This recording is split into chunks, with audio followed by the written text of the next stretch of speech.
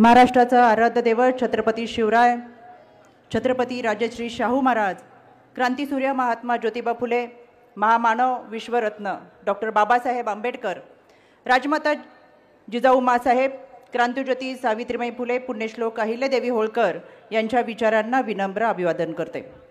जनसन्मान महामेळाव्याच्या निमित्तानं व्यासपीठावरती उपस्थित असलेले आणि ज्यांच्या प्रमुख उपस्थितीमध्ये हा महामेळावा पार पडतोय ते राष्ट्रवादी काँग्रेस पक्षाचे राष्ट्रीय अध्यक्ष, राज्याचे उपमुख्यमंत्री तथा वित्तमंत्री आदरणीय अजितदादा, राष्ट्रीय कार्याध्यक्ष आदरणीय प्रफुल्लभाई पटेल, आदरणीय राज्याचे प्रांताध्यक्ष सुनीलजी तटकरे साहेब, आदरणीय भुजबळ साहेब, आदरणीय दिलीप वळसे पाटील, व्यासपीठावरती उपस्थित असलेले सर्व मंत्रीगण, आदरणीय सुनेत्रावहिनी, व्यासपीठावरती उपस्थित असलेले पदाधिकारी, आदरणीय दादांवरती प्रेम करणारा हा बारामतीकर आणि मोठ्या संख्येने उपस्थित असलेल्या माझ्या महिला भगिनींनो, खरं तर गेली अनेक वर्ष महाराष्ट्राचं राजकारण ज्या नावाभोवती फिरतं, ज्यांच्या उपस्थितीची चर्चा तर होतेच, पण काही कारणामुळे एखाद्या कार्यक्रमामध्ये दादा अनुपस्थित राहिले तर त्याची चर्चा जास्त होते आणि काही क्षणासाठी मोबाईल बंद केला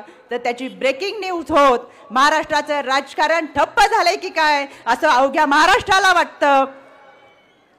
ज्यांच्या बारामतीचा पॅटर्नचं उदाहरण हे निवडणुकीच्या रणधुमाळीमध्ये दिलं जातं आणि निवडणुकीमध्ये उभा राहिलेला उमेदवार हा मतदारांना आश्वासन देतो की तुम्ही मला मत द्या, मी तालुक्याची बारामती करून दाखवेल, असं बारामती आणि अजितदादा समीकरण असलेल्या या बारामतीपासून जनसन्मान महामेळाव्याची सुरुवात होतीये। आपल्या सगळ्यांचं मी मनापासून स्वागत करते।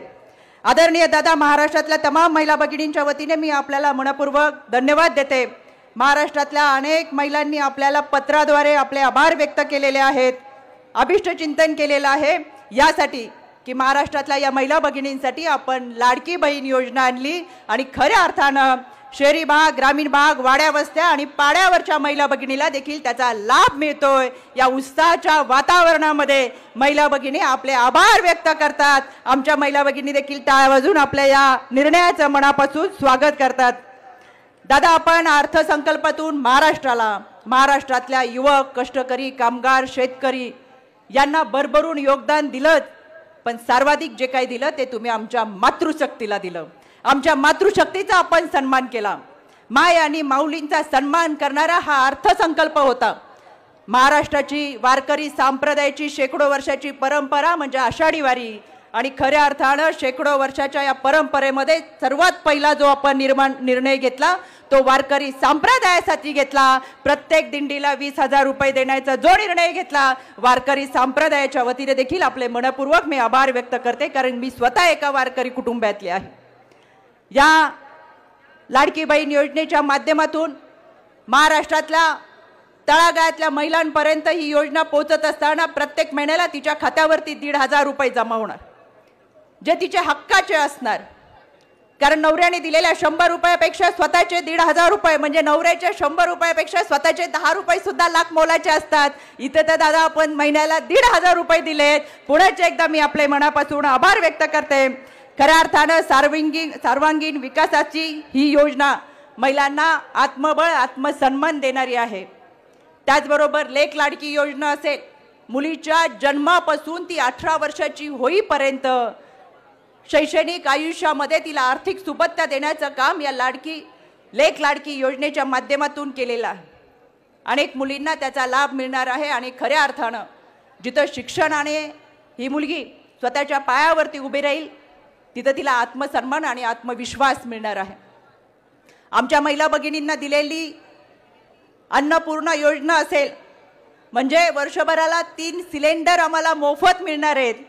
खरं तर आमच्या महिला भगिनींचं आर्थिक बजेट हे किचनशी संबंधित असतं आणि किचनचं बजेट कोसळलं की आमचं देखील आर्थिक बजेट कोसळतं। पण दादा, आपण अर्थसंकल्पातून आमच्या महिला भगिनींना जे 3 सिलेंडर मोफत देतात त्याच्यामुळे आमची जी दर महिन्याला आता बचत होणार आहे ती आमच्या बँकेत जाणार आहे आणि तुम्ही दिलेले 1,500 आणि ही आर्थिक बजेट आता खऱ्या अर्थानं आमच्या महाराष्ट्रातल्या महिला भगिनी या लखपती दिदी होणार आहेत। आमच्या गाठीला आमचे स्वतःचे पैसे असणार आहेत आणि केवळ आपल्यामुळे शक्य होतंय। कदाचित इतकं काळजीवाहू धोरण राबवणारं महाराष्ट्र हे देशातलं पहिलं राज्य असेल आणि दादा आपण अर्थमंत्री म्हणून याची इतिहासामध्ये नोंद होईल याची मला मनापासून खात्री वाटते। इतक्या चांगल्या पद्धतीच्या योजना राबवत असताना 10,000 पिंक रिक्षा असतील ज्याच्यामध्ये स्वतः महिला पायावरती उभ्या राहत स्वतःचा संसार चालवणार आहेत। बचत गट हे महाराष्ट्राचा आर्थिक जाळं आहे। सर्वात जास्त बचत गटाच्या माध्यमातून महिला ह्या एकमेकांशी जुळलेल्या आहेत। माझी स्वतःची सामाजिक आणि राजकीय आयुष्याची सुरुवात ही बचत गटातून झाली। एका बचत गटाचे अध्यक्ष म्हणून सुरू झालेला माझा प्रवास आपल्या सगळ्यांच्या आशीर्वादाने राज्य महिला आयोगाचे अध्यक्ष म्हणून इथपर्यंत पोहोचला। 15-20 महिला एकत्र येऊन बचत गटाच्या माध्यमातून विचारांची देवाणघेवाण करतात आणि व्यवसायाच्या निमित्ताने एकत्र येत चांगल्या पद्धतीचा व्यवसाय उभा करतात आणि हाच व्यवसाय त्यांना पुढे जाऊन मुलांच्या शिक्षणासाठी असेल, त्यांच्या भविष्यासाठी असेल आणि स्वतःचा संसार ताकदीने उभे करण्यासाठी उपयोगी पडतो। दादा आपण या बचत गटाला 15,000 पासून 30,000चा वाढीव निधी दिला त्याच्याबद्दल सुद्धा मी आपले मनापासून आभार व्यक्त करते। खरं तर या महायुती सरकारने राबवलेल्या सगळ्या योजना अतिशय उत्तम आहेत, सर्वसामान्य घटकांपर्यंत पोहोचत आहेत। यामध्ये विरोधकांनी कितीही टीका केली, खरं तर आपण जसा दादा अर्थसंकल्प मांडत गेला तसा विरोधकांची तोंड पडत गेली आणि त्यांच्या पोटामध्ये गोळा उभा राहिला की इतका चांगला अर्थसंकल्प आपण कधी मांडला नाही किंवा महिलांना 1,500 महिना द्यावा अशी लाडकी बहीण योजना आजतागायत कधी आजपर्यंत अर्थसंकल्पामध्ये आपल्याकडून मांडली गेली नाही, जी दादा आपण महायुतीच्या माध्यमातून मांडली।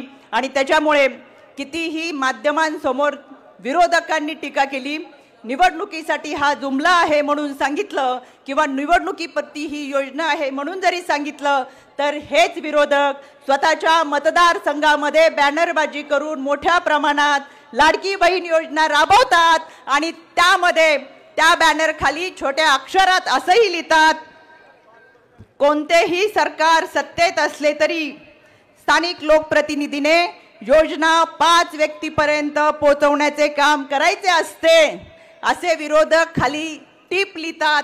आणि म्हणून मला त्यांना आवर्जून सांगायचंय 5 व्यक्तींपर्यंत योजना पोहोचवण्यासाठी तुम्हाला बॅनर लावायची गरज नाही। तुमच्या जवळच्या 5 लोकांना तुम्ही फोनवरून सुद्धा ही योजना सांगू शकता, पण मुळातच ही योजना इतकी लाभदायी आणि उत्तम आहे हे एक महिला भगिनींनी दिलेलं योगदान आहे हे विरोधकांना खात्री झाली। त्याच्यामुळे माध्यमांसमोर आपण जाऊन आपण घेतलेली दुटप्पी भूमिका ही जनता खपून घेणार नाही, हे येणाऱ्या विधानसभेच्या निवडणुकीमध्ये आपल्याला दाखवून देतीलच।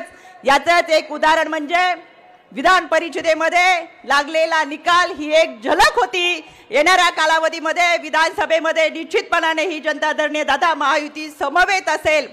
या सगळ्या योजनेच्या माध्यमातून महिला भगिनींसाठी दादा आपण जे काही खऱ्या अर्थानं योगदान दिले त्या योगदानाची आपल्या ऋणांची उतराई आम्ही महिला भगिनी मतदानातून करू आणि येणाऱ्या विधानसभेच्या निवडणुकीमध्ये पुन्हा एकदा महायुती सरकारला सत्तेमध्ये बसवण्यासाठी प्रयत्नाची पराकाष्ठा करू। खरं तर गुलाबी रंग हा सफलतेचं प्रतीक आहे। दादा आपल्या सहित बारामती आज गुलाबी रंगामध्ये आहे आणि या सफलतेची सुरुवात विधान परिषदेच्या निकालापासून झालेली आहे। त्याची गौदड अशीच चालू राहो आणि विधानसभेमध्ये या यशाची चढती कमान आपण गाठो हीच आमच्या मातृशक्तीकडून मी शुभेच्छा देते आणि थांबते। धन्यवाद। जय हिंद, जय महाराष्ट्र, जय राष्ट्रवादी। धन्यवाद।